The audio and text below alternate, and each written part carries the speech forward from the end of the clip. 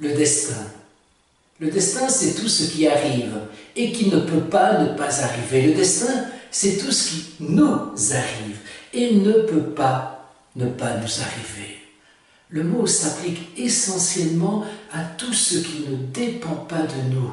Oui, mais si tout véritablement est écrit d'avance, où est encore ma part de liberté? Où se situe encore mon libre arbitre?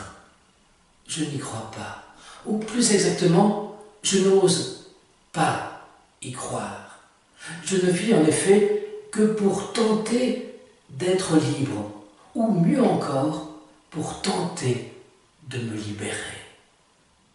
Avec un ami, Vincent Béhague, nous avons écrit un jour « Nous avons sur le destin un implacable avantage, celui de pouvoir nous hisser au-delà de son cercle parfait. »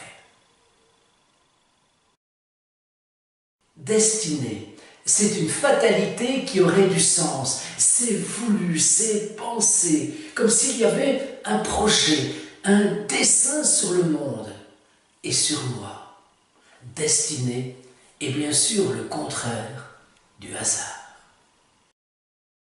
Fatalisme, c'est la croyance en la fatalité de tout. Oui, mais alors, à quoi sert l'action si véritablement tout est écrit d'avance ?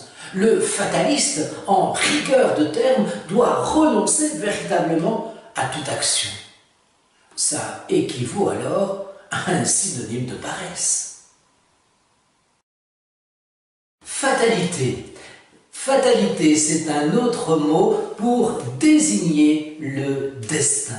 C'est pensé, c'est voulu, tout est écrit d'avance. L'avenir est impossible à changer. Le passé l'est également, bien sûr. Vous deviez donc, en d'autres termes, écouter cette séquence philosophique. C'était écrit, c'était prévu. On a aussi parfois interprété l'éternel retour nietzschéen comme justement de l'ordre de ce cycle éternel où les choses reviennent constamment. Il y a 36 000 ans, on peut se donner ce chiffre symbolique, il y a 36 000 ans, vous m'avez déjà écouté, ici et maintenant.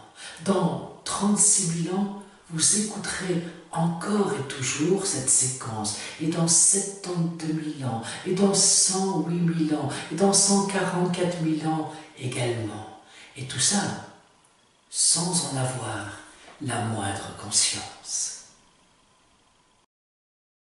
Amor fati, c'est littéralement amor, amour, fati, du destin. C'est l'acceptation joyeuse de tout ce qui arrive. En fait, cette expression a été mise en exergue, en évidence par Nietzsche lui-même. C'est-à-dire qu'il ne faut rien demander d'autre au passé. Il ne faut rien demander d'autre à l'avenir. Et ce, de toute éternité. C'est ce que Nietzsche appelle la pure approbation.